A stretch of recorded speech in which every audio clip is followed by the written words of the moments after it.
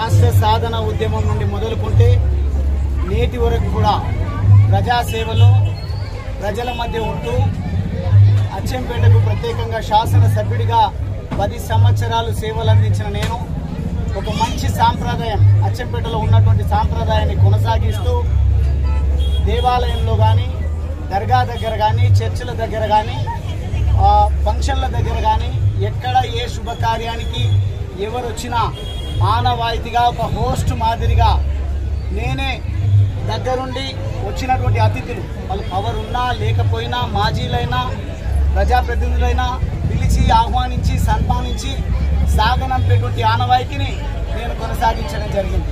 కానీ మొన్న బంజారాల తీజు ఉత్సవం నుంచి మొదలుకుంటే నేటి వరకు కూడా మొత్తంగా నేను కనిపించిన నా నాయకులు కార్యకర్తలు కనిపించిన కాంగ్రెస్ పార్టీకి ఎనలేని ఈర్ష్య పుట్టుకొచ్చి ఈరోజు కూడా భ్రమరాంబ తల్లి ఆలయం ముందు ఆ విగ్రహాలను ఉత్సాహ విగ్రహాలను అందరము చెరొక్క పక్క పట్టుకొని ఊరేగించేటువంటి ఆనవాయితీ.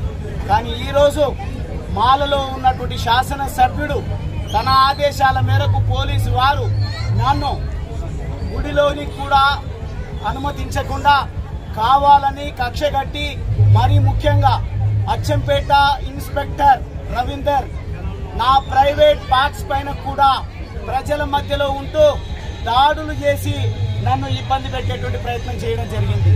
స్పృహ తప్పి పడిపోయే పరిస్థితి ఉన్నది. కానీ నా వెంబడి ఉన్నటువంటి నా నాయకులు కార్యకర్తలు నాకు నీళ్లు తాగిపించి దేవుడి దర్శనం చేయించి ఈరోజు నన్ను సురక్షితంగా ఇక్కడి వరకు తీసుకురావడం జరిగింది. కానీ నేను ఈ సందర్భంగా ఆ భ్రమరాంబ తల్లి దేవతను నేను వేడుకుంటా ఉన్నా. ఈ సాంప్రదాయానికి స్వస్తి పలికే విధంగా ఈ పాలకులకు కనువిప్పు కలిగే విధంగా ఒక మంచి బుద్ధిని కలిగించండి. అదే మాదిరిగా నేను ఒక న్యాయవాదిని. ఖచ్చితంగా ఈ విషయాలన్నింటినీ కూడా కోర్టులో న్యాయ వ్యవస్థలో తేల్చుకుంటా ఈ దుర్మార్గాలకు ఒడిగడుతున్నటువంటి ఎవరిని కూడా వదిలిపెట్టకుండా ప్రజాస్వామ్యబద్ధంగా వాళ్లకు తగిన రీతిలో బుద్ధి చెప్పి న్యాయ వ్యవస్థనే గెలుస్తుంది. ఈ దుర్మార్గాలు అరాచకాలకు ఉండదు ఈ ప్రజాస్వామ్య దేశంలో అనే విధంగా చాటి చెప్పడం కోసం ఖచ్చితంగా నేను ప్రజల పక్షాన ఉంటా. నా హక్కులకు ఎవడు ఆటంకం కలిగించే ప్రయత్నం చేసిన నా పోరాట పటిమను కొనసాగిస్తా. ఖచ్చితంగా అందరి లోపల ధైర్యాన్ని నింపి సమానత్వాన్ని నెలకొల్పేటువంటి ప్రయత్నం చేస్తా. మరి ముఖ్యంగా మల్కపల్లికి సంబంధించినటువంటి గోపాల్ రెడ్డి అని కాంగ్రెస్ పార్టీ నాయకుడు నువ్వెందురా మాదిగోడివి ఇక్కడికి రావడానికి వీలు లేదు అని నా దగ్గరకు వచ్చి నన్ను మాట్లాడినంటే ఇక్కడ మాదిగా అనే ఒక ఆనవాయితీని కూడా తీసుకొస్తున్నట్టుగా చాలా స్పష్టమైతే అర్థమవుతా ఉంది. నేను ఒక మాదిగ సామాజిక వర్గానికి సంబంధించినటువంటి వాడినైనా మాదిగలను సమానంగా నేను రాజకీయ అవకాశాలు ఇచ్చిన గౌరవం ఇచ్చిన. కానీ ఈరోజు వంశీకృష్ణ గారు ఇక్కడున్నటువంటి అధికారులను ఏరి కోరి మాల సామాజిక వర్గానికి సంబంధించినటువంటి ఈ రవీందర్ అనే ఇన్స్పెక్టర్ గతంలో అమ్రాబాద్ ఎస్ఐగా చేసినప్పటి నుంచి నన్నే లక్ష్యంగా చేసుకుని పనిచేయని వాళ్ళు ఏకమై ఈ రోజు నన్ను ఇంత ఇబ్బందులకు గురి చేసేటువంటి ప్రయత్నం. నా పైన దాడి చేసినటువంటి రవీందర్ ను వెంటనే ప్రభుత్వము కోర్టులు సుమోటోగా కూడా తీసుకొని సస్పెండ్ చేయాలి. లేదు అనంటే విచారణ పూర్తి స్థాయి వివరణ ఎంక్వైరీ చేసి ఎవరిది తప్పు ఎవరిది రైటో న్యాయం తేల్చే విధంగా ఈ ప్రజాస్వామ్య వ్యవస్థ పనిచేస్తుందని నేను విశ్వసిస్తా ఉన్నా. లేదు అనంటే ఖచ్చితంగా అచ్చంపేటను వదిలిపెట్టే ముచ్చటే లేదు. ఈ అచ్చంపేటలో నన్ను అడుగు పెట్టనివ్వద్దు అని ఏదైతే కంకణం కట్టుకొని భీష్మించుకొని వాళ్ళు కూర్చున్నారో అచ్చంపేటలో శాశ్వతంగా వాళ్ళను రాజకీయంగా సమాధి చేసే వరకు ఖచ్చితంగా నా కార్యాచరణ కొనసాగిస్తానని ఈ సందర్భంగా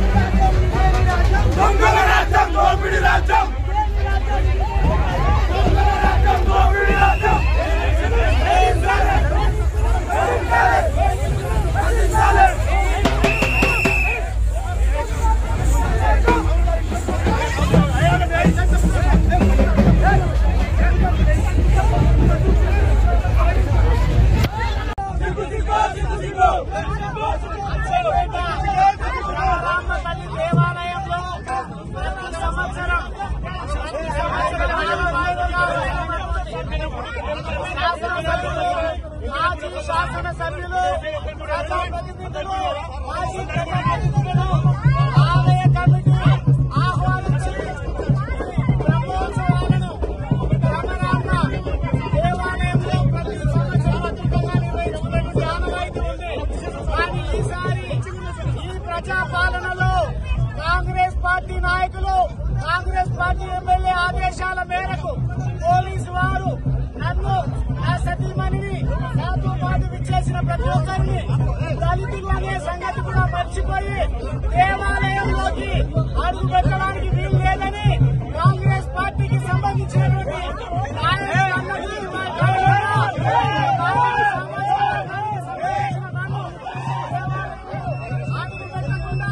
పోలీసులు పంపించడం